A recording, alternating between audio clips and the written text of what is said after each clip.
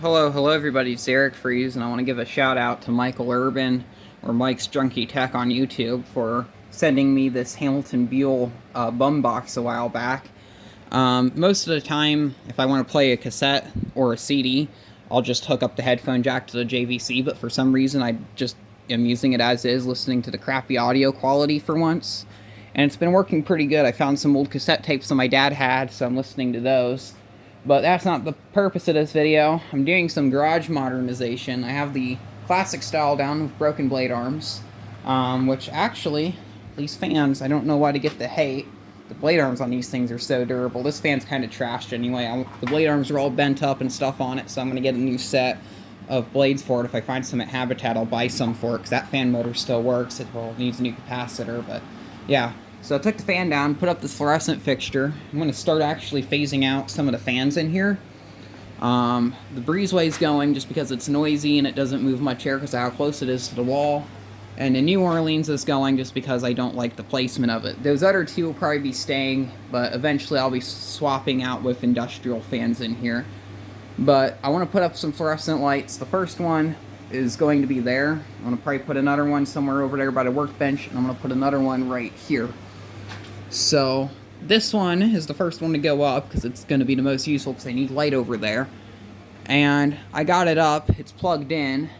But when I turn it on, nothing happens. Turn it off, sometimes I get a flicker out of the one end. Maybe it's the pull chain. I don't fucking know. Oops, there goes something.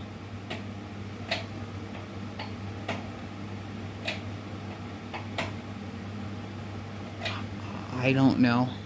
So, this is the fob off for one of the Typhoons I used to have. Well, the one I don't have anymore. And the cord was just about 5 inches too short to reach the power strip. I might just move the power strip over so it can plug into the power strip, which that's probably what I'll do. Because I want to mount that power strip a bit better too, actually, while I'm up here.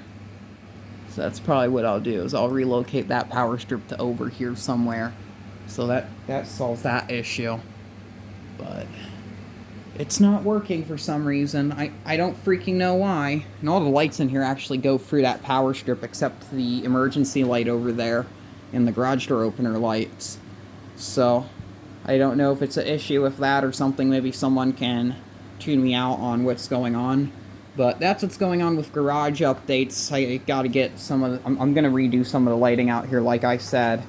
I cleaned up a bit. I got the snow shovels back up over there. That corner's a bit more organized. The dehumidifier just turned on. Got one snow blower out of here. And some stuff here. I got this portable air conditioner. Actually, I have another one I have to go pick up from a friend's house. All of this stuff. The microwaves are going to most likely be scrapped. This air conditioner I'm going to clean up and sell. It's actually the dirtiest air conditioner I've ever seen. These ones need to be cleaned up, and then I'll put them in the shed because those are vintage units for my personal collection. Bike I need to get out. It's a whole ordeal of stuff I have to deal with. All this over here. This box fan stand for the Lakewood. Got a garage door opener here that I need to go bring out to the storage building. This drum I'll probably also bring out to the storage building. These side shields, garden tractor I don't own. This hood. Shields I'll probably give away to a friend that has some Cub Cadets like that. This hood I'll keep around because I don't know. These bins for another project that are kind of thrashed. Vacuum cleaner there. Found that one on the side of the road. I'm going to get that one cleaned up. I'm going to donate it to Habitat. This little carrier I picked up. This is not my Kenmore. My Kenmore's over there, but this is a 80s Whirlpool. Actually 70s Whirlpool, and this is similar to the one that Carson XJ01 has. He has one of these, but his has a cedar. This one has a AE in it. Needs some repaint, but this one runs really nice. I don't know what else to show. The zero turn's running just fine. I got to make an update video on that and explain how it's going and a few issues I've had with it and stuff. I probably might as well do the super recycler too. I don't know. So all of that's going on right now. The main issue is I can't get the goddamn light fixture to work, and yes, I know it's crooked. I'll fix that eventually. Yeah, pretty damn crooked. So just got to move it over a bit. So there it is. And something interesting is this light fixture here. It's made by Electropack. That's a company that makes wall packs. And if you've watched Parrot 175, like myself, you're probably familiar with that name. It's not really a high-end brand. It's kind of more of a cheap, crappy one, but it's still interesting to me that that brand's on a fixture like this. So, yeah, and I think the chains are different lengths, too, so it hangs... That one kind of hangs a bit low. And it might also just be...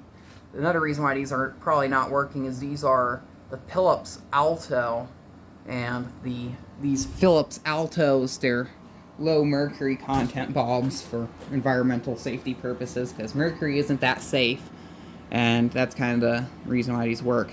And the only reason, like, I would do LEDs, I have LED strips, but the reason why I am going with fluorescent is mostly because it looks cool and I like fluorescent stuff, but also LEDs, they have really bad RF interference with the stereo system, so if I were to use LED strips out here, I won't be able to use my stereo, at least with the radio function. I listen to a lot of radio. There's 2 stations I listen to, like, regularly. I also use my cellular phone in here a lot because I'm on video calls with my friends that don't live near where I live, and I might do live streams and stuff out here, and I don't need another thing causing RF interference. And yes, I do know fluorescent lights, they give off interference too, but I've had really bad luck with LED interference for some reason.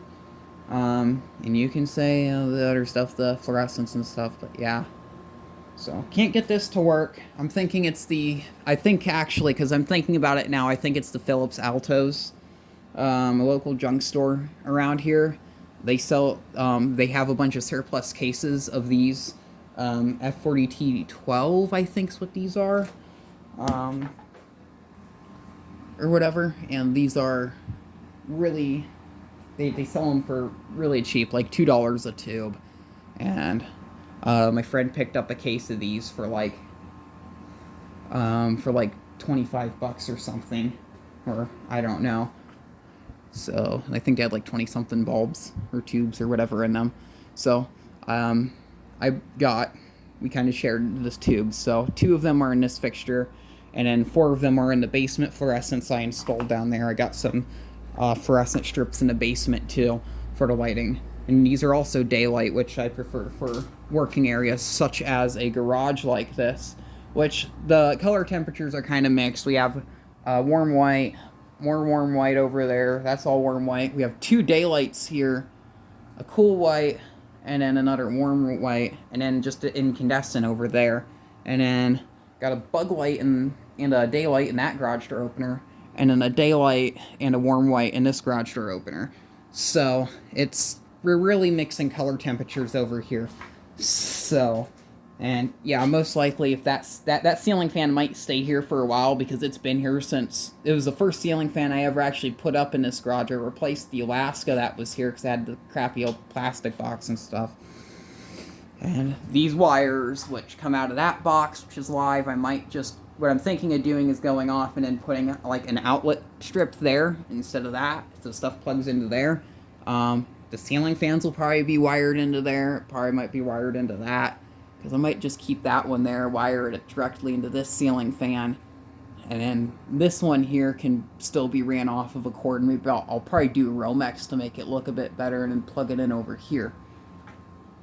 But this one's already taken up because there is the one cord for the garage door opener, and then that one there, the orange tip, goes over here, and it's on a power strip, and it hooks up to the air conditioner, another extension cord that goes out to the shed for the mercury vapor light outside and the CFL that's inside, and then the wall fan.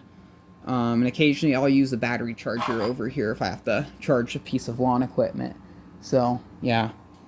And then this stuff here, once again, if I can redo the electrical service, it's just kind of the thing. And not to get actually, I'll get the major elephant out of the room. I have to replace the outside lines, the line into the garage. This box is open and got some sketchy wiring here. This one here is just dead, I think. Yeah. This piece of Romex here just does nothing, so that's there. but I'm going to run new wires in because I have the old original cloth covered wires out here in this trench, which I have dug up. But I put it back down because at the time I didn't have the money to get this replaced, and my dad wants an electrician, so I'm saving up some extra money. Lawn season finally started. I have 3 yards to do tomorrow. I've been kind of backtracked because my leg got broken, kinda, because of me being stupid, but I'll be able to replace all of this here, get new wire coming out to the garage. I'm going to try to get the biggest electrical service I can.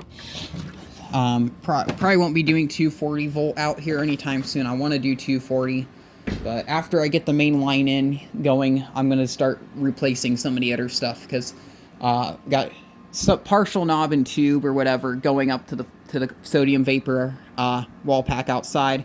Got some Romex going over to that outlet and then over to that one, which isn't that bad, but the 2 ceiling outlets for the garage door openers and stuff, those are knob and tube. And then same with this outlet over here, which powers the dehumidifier, which uses lots of current, and then the other stuff.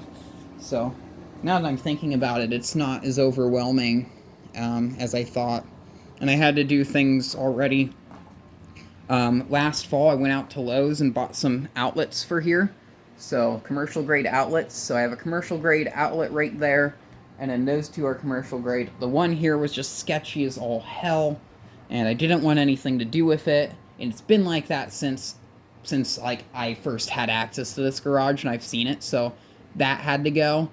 And then those there, they just weren't holding plugs. And then I also used the air conditioner on there, and I don't want to use worn out plugs on the air conditioner and the air compressor and stuff. So I had to do something with that. So I fixed that up.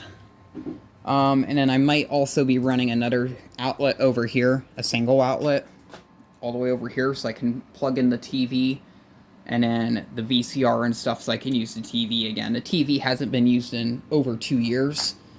And maybe just maybe branch off of that again and then do another outlet over here so I can run the air conditioner. And then just condone all of that stuff there. And I'm going to all use either new or reused Romex. I have some reused Romex. There used to be a crappy ceiling fan light kit up here since, once again, I had access to the garage. It was actually this one here with a chip socket. And I used a really heavy fishing weight as the pull chain, so the pull chain's kind of broken and it doesn't actuate the way it's supposed to, so it needs to be rebuilt. You can kind of see that. So that's an issue. So, yeah, because I was going to use that pull chain for something. So that was there, and then it had nice Romex going all the way over there and then into that socket there. So I have a nice long piece of Romex from that, and I'll probably reuse that for something. I'm not too sure what. Maybe the lighting fixture here. I might also run another line off of this box here that comes in up and then over here to the light fixture I put here. And then I'll also put a switch over here by the door so I can control said light fixture with switch. I don't know what this switch does. This one does the sodium light, so yeah, I have to see where this one's going. Yeah. And then that one goes outside. And all of that stuff. So, overwhelming electrical work in the garage. This video was supposed to just be a 2-minute rant video about that fixture not working. But now I'm just going through all of the things wrong. And then for the next couple years, the shed's going to be powered with an extension cord. I'll probably get a different extension cord, one of a higher gauge, because I have the Mercury Vapor Cobra headlight out there that I use. And then another light in the shed that I can see what I'm doing at night. And yeah, that's kind of a nice thing to have. So, with all of that done, I'm going to try messing with the tubes on this again, see if I can get it to work. I don't know if I can, but thank you very much for watching, and keep the breeze, I guess. Ugh.